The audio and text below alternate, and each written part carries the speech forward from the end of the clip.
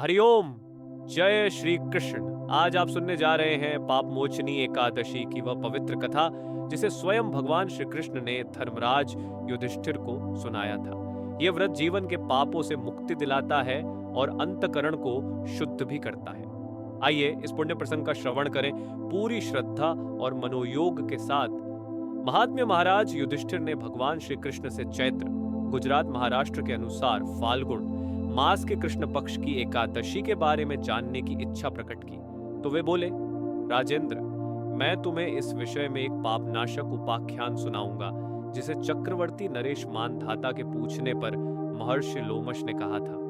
मानधाता ने पूछा, भगवान, मैं लोगों के हित की इच्छा से यह सुनना चाहता हूं कि चैत्र मास के कृष्ण पक्ष में किस नाम की एकादशी होती है, उसकी क्या विधि है तथा उससे किस फल की प्राप्ति होती है।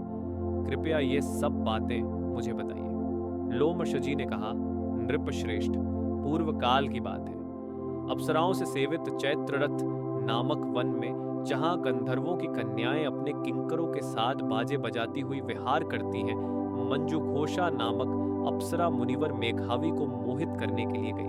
वे महर्षि चैत्ररथ वन में रहकर ब्रह्मचर्य का पालन करते थे। मंजुघोषा मुनि के भय से आश्रम से एक कोस दूर ही ठहर गई और सुंदर ढंग से वीणा बजाती हुई मधुर गीत गाने लगी। मुनिश्रेष्ठ मेघावी घूमते हुए उधर जा निकले और उस सुंदर अप्सरा को इस प्रकार गान करते देख बरबस ही मोह के वशीभूत हो गए। मुनि की ऐसी अवस्था देख मंजुघोषा उनके समीप आई और वीणा नीचे रखकर उनका आलिंगन करने लगी।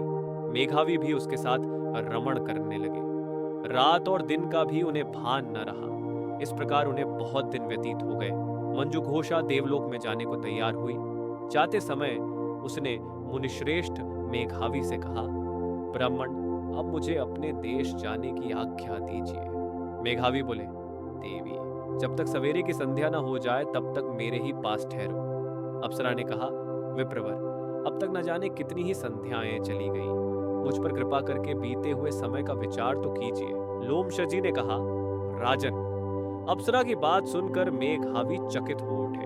उस समय उन्होंने बीते हुए समय का हिसाब लगाया तो मालूम हुआ कि उसके साथ रहते हुए उन्हें 57 वर्ष हो गए। उसे अपनी तपस्या का विनाश करने वाली जानकर मुनि को उस पर बड़ा क्रोध आया। उन्होंने शाप देते हुए कहा, पापिनी, तू पिशाची हो जा। मुनि के शाप से दग्ध होकर वह विनय से नतमस्तक हो बोली, विप्रवर, मेरे शाप का उद्धार कीजिए। 7 वाक्य बोलने या 7 पद साथ साथ चलने मात्र से ही सत्पुरुषों के साथ मैत्री हो जाती है। ब्राह्मण, मैं तो आपके साथ अनेक वर्ष व्यतीत किए हैं, अतः स्वामिन, मुझ पर कृपा कीजिए। मुनि बोले, भद्रे, क्या करूं, तुमने मेरी बहुत बड़ी तपस्या नष्ट कर डाली है। फिर भी सुनो, चैत्र कृष्ण पक्ष में जो एकादशी आती है उसका नाम है पाप मोचनी। वह शाप से उद्धार करने वाली तथा सब पापों का क्षय करने वाली है। सुंदरी, उसी का व्रत करने पर तुम्हारी पिशाचता दूर होगी। ऐसा कहकर मेघावी अपने पिता मुनिवर च्यवन के आश्रम पर गए। उन्हें आया देख च्यवन ने पूछा, बेटा, ये क्या किया? तुमने तो अपने पुण्य का नाश कर डाला। मेघावी बोले, पिताजी, मैंने अप्सरा के साथ रमण करने का पातक किया है। अब आप ही कोई ऐसा प्रायश्चित बताइए जिससे पातक का नाश हो जाए। च्यवन ने कहा, बेटा, चैत्र कृष्ण पक्ष में जो पाप मोचनी एकादशी आती है उसका व्रत करने पर पाप राशि का विनाश हो जाएगा। पिता का यह कथन सुनकर मेघावी ने उस व्रत का अनुष्ठान किया। इससे उनका पाप नष्ट हो गया और वे पुण्य तपस्या से परिपूर्ण हो गए। इसी प्रकार मंजुघोषा ने भी इस उत्तम व्रत का पालन किया। पाप मोचनी का व्रत करने के कारण वह पिशाचियों से मुक्त हुई और दिव्य रूपधारिणी श्रेष्ठ अप्सरा होकर स्वर्ग लोक में चली गई। भगवान श्री कृष्ण कहते हैं, राजन, जो श्रेष्ठ मनुष्य पाप मोचनी एकादशी का व्रत करते हैं उनके सारे पाप नष्ट हो जाते हैं। इसको पी आराने और सुनने से सहस्र गोदान का फल मिलता है।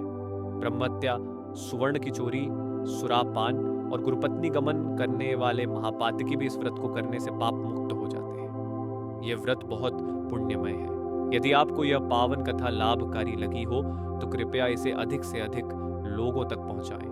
अपने जीवन में ऐसे व्रतों और पुण्य प्रसंगों को अपनाकर हम आत्म कल्याण की ओर अग्रसर हो सकते हैं। ऐसी ही और पवित्र जानकारियों के लिए हमारे साथ जुड़े रहें और इस वीडियो को जरूर साझा करें। हरिओम तत्सत।